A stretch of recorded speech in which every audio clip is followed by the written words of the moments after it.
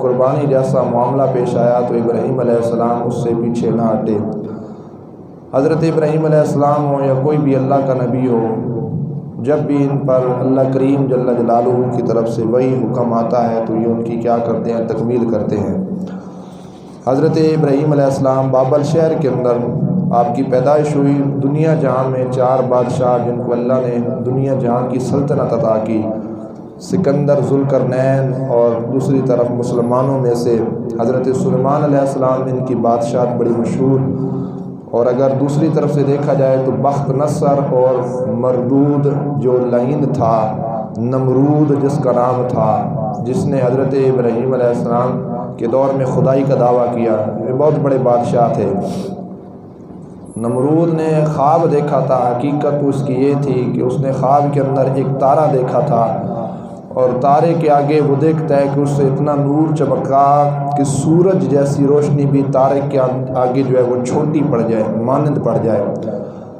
تو علاقے کے جو رہنے والے تھے وہ افراد جو خوابوں کی تعبیر بتایا کرتے تھے، تو اس نمرود نے ان سے تعبیر پوچھی تھی کہ مجھے خواب آیا ہے، اس سے کیا مراد ہے؟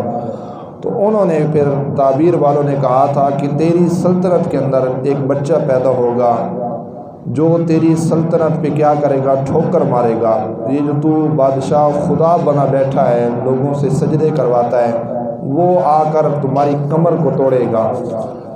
اچھا، یہ اپنے آپ کو خدا کہلواتا تھا، کافی ڈرا، اور اس نے کیا کیا؟ ایک محکمہ قائم کیا، اور اس نے کیا کیا؟ بچوں کو قتل کروانا شروع کر دیا۔ تقریباً 1 لاکھ بچہ اس نے اس خوف کی وجہ سے قتل کروایا کہ کوئی بچہ بڑا ہو کر میری جو خدا کی سلطنت چل رہی ہے، یہ جو مجازی وہ خدا بنا بیٹھا تھا، تاکہ وہ اس کی کمر کو نہ توڑے۔ عجیب قسم کا خدا تھا کہ جو بچوں سے ڈرنے والا تھا، اور یہ عجیب قسم کا خدا تھا کہ جس کو خواب کی تعبیر کے لیے کسی کے پاس چل کے جانا تھا کہ مجھے خوابوں کی تعبیر بتاؤ۔ رب جو اللہ حقیقی ہمارا پروردگار ہے، جو رب ہے، پوری کائنات تو اس کی محتاج ہے، لیکن ہمارا اللہ کسی کا محتاج نہیں ہے۔ پوری کائنات اللہ کی محتاج ضرور ہے۔ تو بہرحال یہ جتنے بھی باطل معبود آئے، باطل خدا جن نے خدائی کا دعویٰ کیا، وہ لوگوں کے محتاج ہوا کرتے تھے۔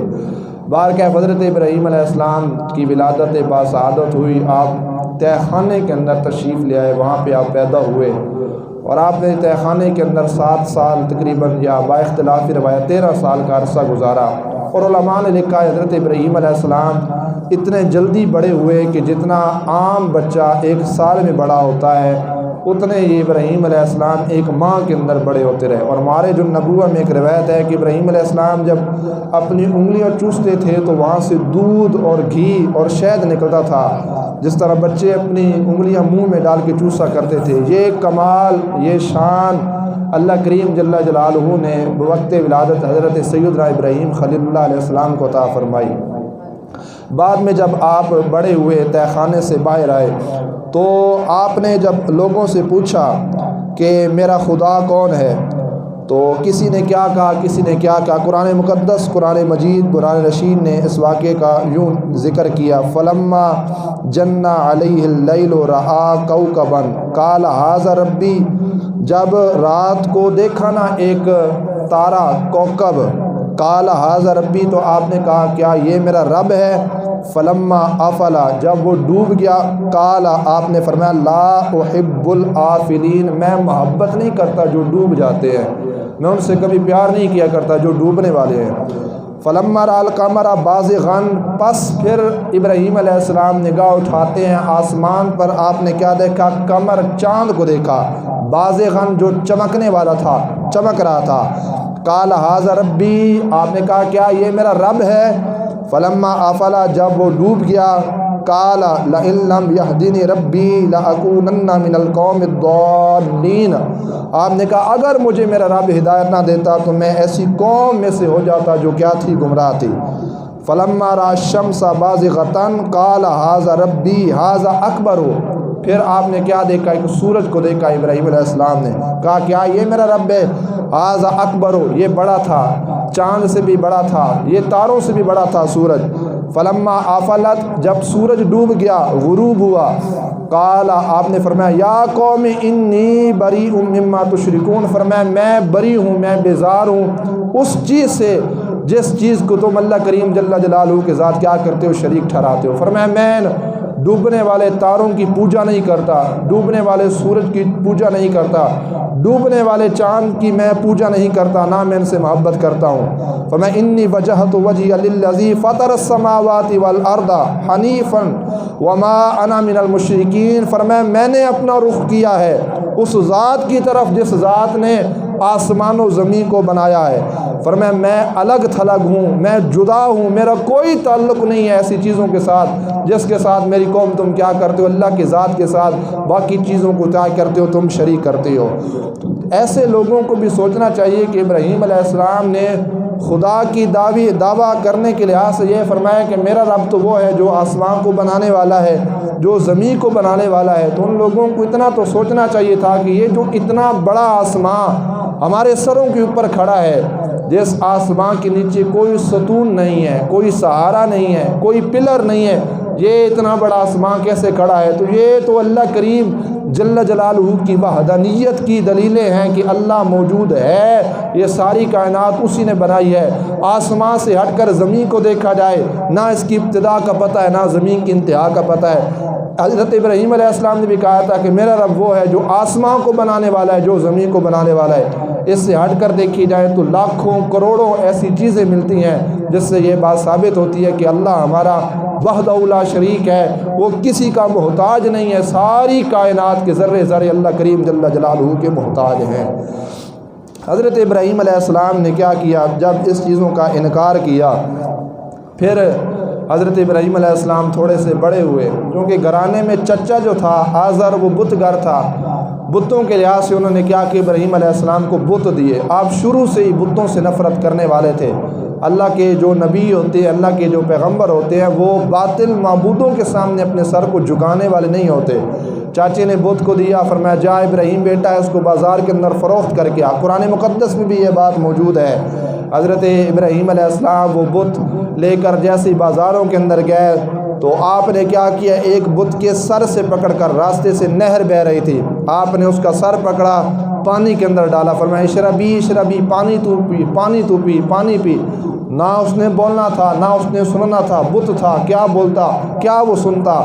یہ جان بوجھ کر ابراہیم علیہ السلام نے یہ طریقہ استعمال کیا، لوگوں کا مجمع جمع ہو گیا، لوگ دیکھنے والے تھے۔ ابراہیم علیہ السلام ان بتوں کو ذلیل کر رہے تھے جن کو لوگ خدا سمجھتے تھے، اور حضرت ابراہیم علیہ السلام نے چاچے کے پاس آئے، فرمایا یا ابت لم تعبد ما لا يسمع ولا يبصر، فرمایا اے میرے چاچا لم تعبد، تو کیوں عبادت کرتا ہے اس چیزوں کی، ما لا يسمع جو سن نہیں سکتے، ولا يبصر جو دیکھ نہیں سکتے۔ اور حضرت ابراہیم علیہ السلام نے جب یہ بات کی تو چچا حیران ہو گیا کہ واقعی بت ایسے ہیں، نہ وہ سن سکتے ہیں نہ وہ بول سکتے ہیں۔ شروع سے ہی آپ نے کیا کیا، بتوں کی آپ نے مخالفت کی، اور آپ کے دور میں وہ رہنے والے کثیر لوگ جو بتوں کے سامنے کیا کیا کرتے تھے، اپنے سروں کو جھکانے والے تھے۔ آپ نے کیا کیا، بتوں کا رد کیا اور حقیقی اللہ کریم جل جلالہ کا تصور آپ نے پیش کیا، اور لوگوں کو بتایا کہ اللہ ایک ہے، وہی سجدے کے لائق ہے، یہ بت جھوٹے ہیں جو نہ بول سکتے ہیں نہ سن سکتے ہیں، نہ یہ حاجت روا ہیں، نہ یہ مشکل کشا ہیں، لہٰذا ان کی عبادت کرنے کا کوئی فائدہ نہیں ہے۔ اس علاقے میں ایک بہت بڑا دن عید کے نام سے بھی منایا جاتا ہے۔ حضرت ابراہیم علیہ السلام کے دور میں بڑی کثیر تعداد میں لوگ جاتے تھے، وہاں پر جا کے کیا کرتے، عید کے روز گھروں سے کھانا تیار کر کے بتوں کے سامنے رکھا کرتے تھے۔ حضرت ابراہیم علیہ السلام نے ان کا بھی توڑ کیا۔ عید کے روز آپ نے کیا کیا، ایک تلوار آپ نے اپنے کندھے کے اوپر اٹھائی اور آپ نے جا کے بتوں کی گردنیں اڑائیں اور آپ نے بتوں کے سر کو توڑا۔ جب پتہ چلا نمرود کو کہ میری سلطنت کے اندر ایک شخص جس کی پہلے خواب کے اندر بشارت اور خوشخبری اور واقعہ رونما ہو گیا تھا کہ بچہ پیدا ہوگا، جب نمرود کو پتہ چلا تو نمرود نے آرڈر دیا کہ وہ جو ابراہیم ہے، وہ جو اللہ کا خلیل ہے، اس کو پکڑ کر میرے پاس لے کے آؤ۔ اور اس کو کہنا ہے کہ جب میرے پاس آنا ہے تو پھر ویسے نہیں آنا بلکہ سجدہ کرتے ہوئے آنا ہے۔ نمرود لعین نے بڑے بڑے لوگوں کو پاگل بنا ہوا تھا کہ جو بھی نمرود کے دربار پہ جاتا وہ کیا کرتا؟ سجدہ کرتا۔ لیکن اللہ کے پاک پیغمبر حضرت ابراہیم خلیل اللہ کے خلیل ہیں، اللہ کے پاک پیغمبر ہیں، اللہ کے نبی ہیں۔ آپ جب نمرود کے پاس جاتے ہیں اس کے گھر، آپ اس کو سجدہ نہیں کرتے۔ یہ تو ہمارے اللہ کے انبیاء کی یہ شان ہے، باطل معبود جہاں پہ رہتے ہوں، جہاں پہ باطل ہو، جہاں پہ کفر ہو، جہاں پہ اندھیرا ہو، انبیاء کا کام ہے وہاں سے لوگوں کو بچانا۔ انبیاء تو بڑے دور کی بات، وہ تو معصوم عن الخطا ہیں، منصب نبوت جیسا منصب کسی کے پاس نہیں ہے۔ سرکار کی امت کے جو اولیاء ہیں وہ تو یہ کام کیا کرتے تھے۔ اگر میں سرکار کی امت کے ولی مجدد پاک الف ثانی الشیخ فاروقی سرہندی کی بات کروں، اکبر بادشاہ نے جب خدائی کا دعویٰ کیا، یہ مجدد الف ثانی کوئی اللہ کے نبی نہیں تھے، یہ اللہ کے ولی تھے، اور اکبر بادشاہ نے کہا تھا کہ اس اللہ کے ولی کو پکڑ کے لاؤ اور آ کے کیا کرو، میری بارگاہ کے اندر وا کے سجدہ کرے گا۔ اللہ کا ولی تھا، سلسلہ نقشبند کے پیشوا تھے۔ آپ نے کہا کہ میں اکبر بادشاہ کے گھر پہ جاؤں اور میں سجدہ کروں، ایسا نہیں ہو سکتا۔ اس اکبر بادشاہ نے کیا کیا، چار دیواری بنائی بہت بڑی، اور درمیان میں سے چھوٹی سی اس نے کھڑکی رکھی، اور اس نے کہا جو بھی کھڑکی سے داخل ہوگا وہ اپنے سر کو جھکائے گا۔ جیسے ہی سر کو جھکائے گا، اکبر بادشاہ نے کہا کہ میرے جتنے بھی ہواری، میرے ماننے والے، مجھے سجدہ کرنے والے کھڑے ہوں، وہ سب کے سب تالیاں بجائیں گے، اور میں علاقے کے اندر فضا پیدا کروں گا کہ تھا اللہ کا ولی، لیکن جب میرے پاس آیا، میں بادشاہ ہوں وقت کا، میں دنیا کا خدا ہوں، تو اس اللہ کے ولی نے کیا کیا ہے، اپنے سر کو جھکا لیا ہے۔ لیکن مجدد پاک الف ثانی جن کی گردنیں حقیقی خدا کے سامنے جھکنے والی ہوں، وہ کبھی کسی کے سامنے اپنی گردن کو نہیں جھکانے والے۔ اتنی ذہانت کمال درجے کی تھی مجدد پاک الف ثانی کی۔ آپ سمجھ گئے کہ آج ہواری جو ہے تالیاں بجائیں گے کہ آج اللہ کے ولی نے اپنی گردن کو جھکا دیا۔ چھوٹی سی کھڑکی تھی دیوار کے اندر، جیسے ہی مجدد پاک الف ثانی الشیخ فاروقی سرہندی اس کے پاس جانے لگے، آپ سینہ تان کے کھڑے ہو گئے، اور آپ نے اپنا دایاں پاؤں اس کھڑکی کے اندر رکھا، اپنے سر کو پیچھے کی طرف کر دیا، اور سر کو پیچھے کی طرف کر کے آپ آگے گزر جاتے ہیں، اور آپ نے فرمایا جو باطل معبود ہوں ان کے لیے ہماری گردن نہیں جھکا کرتی، ہم ان کو ٹانگوں پہ رکھتے ہیں۔ یہ طریقہ سرکار کی امت کے ولیوں کا تھا۔ لیکن جب اللہ کے پاک پیغمبر حضرت ابراہیم کو نمرود نے کہا تھا کہ میری بارگاہ میں آؤ، آ کے سجدہ کرو، تو اللہ کے نبی تھے۔ اگر ولیوں کی یہ شان ہے تو اللہ کے پیغمبر خلیل اللہ کا مقام کیا ہوگا؟ وہ کس انداز کے ساتھ حضرت ابراہیم علیہ السلام نمرود کے پاس پہنچے ہوں گے۔ بارکیف نمرود کے پاس جیسے ہی حضرت ابراہیم خلیل اللہ علیہ السلام پہنچے، نمرود نے کہا تھا کہ میں خدا ہوں، تم کیا کرو، میری پوجا کرو، مجھے سجدہ کرو۔ حضرت ابراہیم علیہ السلام چونکہ خدا کو ماننے والے تھے، آپ نے کہا میں تجھے سجدہ نہیں کر سکتا، میں تجھے خدا نہیں مانتا۔ اچھا، کوئی بھی باس و مباحثہ ہو، جہاں پہ مناظرہ کرنا ہو یا باس ہو، اس کا توڑ دلائل سے کیا جاتا ہے۔ حضرت ابراہیم علیہ السلام سے نمرود نے پوچھا تو کس کی پوجا کرتا ہے، تیرا کون خدا ہے؟ تو حضرت ابراہیم علیہ السلام نے کہا تھا کہ میں اللہ کریم جل جلالہ کی پوجا کرتا ہوں۔ قرآن مقدس کہتا ہے اذ قال ابراہیم ربی الذی یحیی و یمیت، ابراہیم علیہ السلام نے کہا میرا رب وہ رب ہے، میں اسی کی بارگاہ میں سجدہ کرتا ہوں۔ یحیی و یمیت، جو اللہ زندہ کرتا ہے، جو اللہ موت دیتا ہے، کائنات میں کوئی رب نہ زندہ کر سکتا ہے نہ موت دے سکتا ہے۔ نمرود لعین جھوٹے خدا نے جب یہ بات سنی، اس نے کیا کیا، ایک بندے کو فوراً قتل کر دیا۔ اس نے کہا یہ موت تو میں بھی دے سکتا ہوں، اگر موت دینا خدا کا کام ہے یہ تو میں بھی کام کر سکتا ہوں۔ دوسرا کام اس نے کیا کیا، جیل میں ایک شخص کھڑا تھا، غلام تھا، اس نے اس کو آزاد کر دیا، کہا میں نے تجھے زندگی دے دی ہے۔ اس نے کہا ابراہیم علیہ السلام یہ کام تو میں بھی کر سکتا ہوں، کسی کو زندگی دینا یہ رہائی ہے، یہ ایک نئی زندگی ہے، یہ کام تو میں بھی کر سکتا ہوں۔ کسی کو موت دینا، میں نے اس کو قتل کر دیا، یہ موت تو میں بھی دے سکتا ہوں، بتاؤ تمہارا رب کون ہے؟ حضرت ابراہیم علیہ السلام وہاں پہ کھڑے ہوئے اور آپ نے دوسری دلیل دی، قال ابراہیم فإن اللہ یأتی بالشمس من المشرق فأت بها من المغرب۔ حضرت ابراہیم علیہ السلام نے خدا ہونے کی دوسری دلیل دی، فرمایا میرا رب وہ ہے، میرا اللہ وہ ہے میں اس کے سامنے اپنی گردن کو جھکانے والا ہوں، اس کے سامنے سجدہ کرنے والا ہوں جو سورج کو مشرق سے لے کے آتا ہے مغرب کی طرف لے کے آتا ہے۔ میرا وہ رب ہے جو سورج مشرق سے چڑھاتا ہے مغرب کے اندر غروب کرتا ہے۔ قرآن یہ کہتا ہے کہ جب ابراہیم علیہ السلام نے اتنی پختہ دلیل دی، قرآن کہتا ہے فَابُوْهِتَ الَّذِي كَفَرَ، کافر کے ہوش اڑ جاتے ہیں، اس کا دماغ پھر گیا کہ یہ اتنی بڑی دلیل کیسے دی۔ جیسے ہی ابراہیم علیہ السلام نے اتنی پختہ دلیل دی نا، تو اللہ تعالیٰ جل جلالہ نے جبریل علیہ السلام کو زمین پہ بھیجا، فرمایا جا جبریل علیہ السلام زمین پہ چلا جا، آج میرا خلیل جو ہے وہ مناظرہ کر رہا ہے اور میری وحدانیت کی دلیلیں دے رہا ہے۔ اگر یہ بات نمرود کہہ دے کہ میرا رب وہ ہے جو سورج مشرق سے چڑھاتا ہے مغرب کے اندر غروب کرتا ہے، وہ تمہارا خدا نہیں ہے، وہ تو ہمارا خدا ہے، وہ ہمارے بت ہیں۔ اللہ کریم جل جلالہ نے جبریل سے فرمایا آج میرا خلیل ایک بہت بڑے امتحان کے اندر ہے، اگر یہ بات کافر باطل معبود کر دے تو میں ایسے کرنا سورج کو مغرب سے چڑھا کر مشرق کے اندر غروب کر دینا تاکہ میرا خلیل جو ہے اس کی بات جھوٹی نہ پڑے۔ اس انداز میں حضرت سیدنا ابراہیم خلیل اللہ علیہ السلام نے کیا کیا، مناظرہ کیا، اور آپ کو اللہ کریم جل جلالہ نے مناظرے کے اندر فتح عطا فرمائی۔ اس کے بعد کیا ہوا، حضرت ابراہیم خلیل اللہ علیہ السلام کو قید کیا گیا۔ قید کرنے کے بعد پتھروں کی بہت بڑی دیوار جو ہے وہ بنائی گئی، اور اس میں مختلف روایات موجود ہیں کہ اس نے کتنی بڑی دیوار بنائی۔ دیوار بنانے کے بعد اس نے کیا کیا، لکڑیوں کے ساتھ اس کے اندر اس نے لکڑیاں جمع کیں، اور لکڑیاں جمع کرنے کے بعد آگ سے اس نے اس کو بھر دیا۔ 30 گز لمبی اور 20 گز چوڑی پتھروں کے ساتھ اس نے دیوار بنائی، اس کے اندر اس نے لکڑیاں جمع کی۔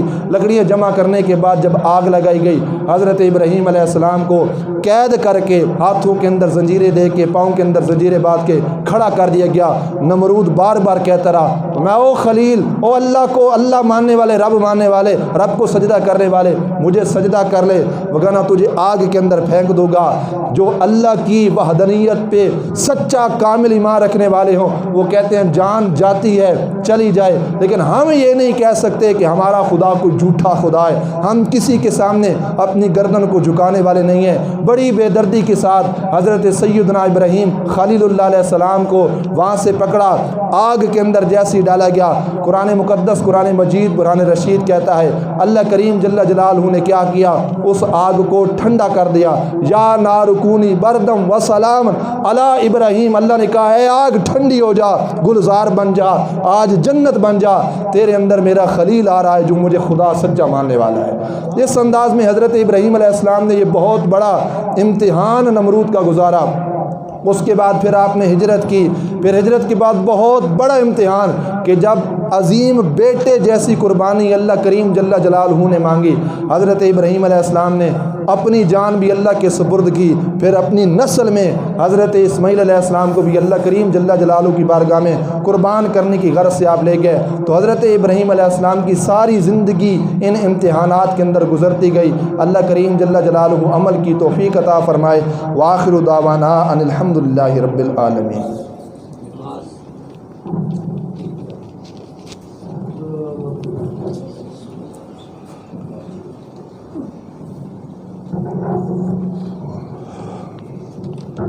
Thank you.